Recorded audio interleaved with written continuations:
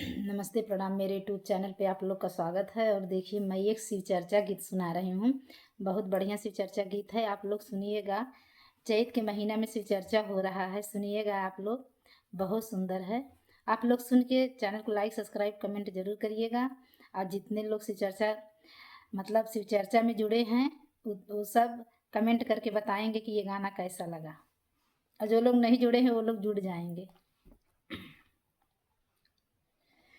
चैता के तेज दुपहरिया हो, चर्चा हो खेला बखरिया। चैता के तेज दुपहरिया हो, चर्चा हो खेला बखरिया। हो खेला बखरिया, शिव गुरु हो खेला बखरिया।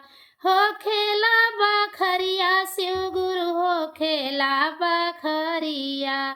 चैता कते जदू पहरिया हो, चर्चा हो खेला बखरिया।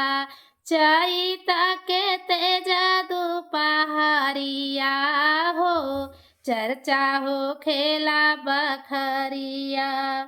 गुरुजी के महिमा से घमाओ ना लागे।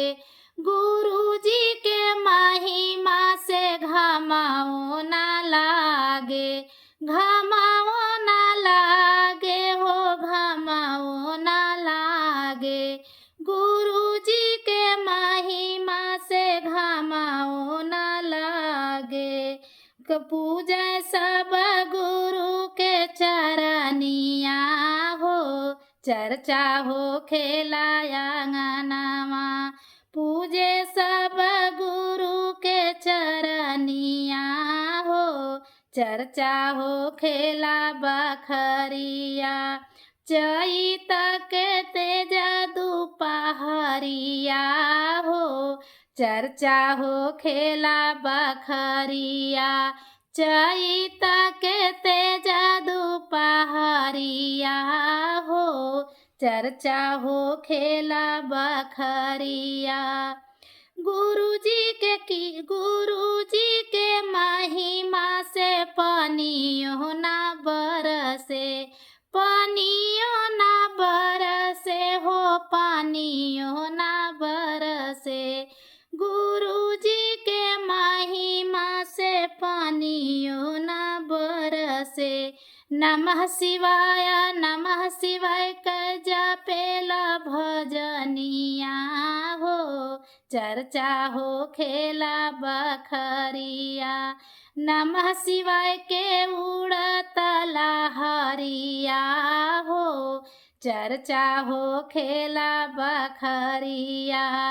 हो खेला बखरिया, चर्चा हो खेला बखरिया। हो खेला बखरिया, चर्चा हो खेला बखरिया। चैता के ठीका दुपहरिया हो, चर्चा हो खेला बखरिया। चैता के ठीका दुपहरिया हो, चर्चा हो खेला बखरिया।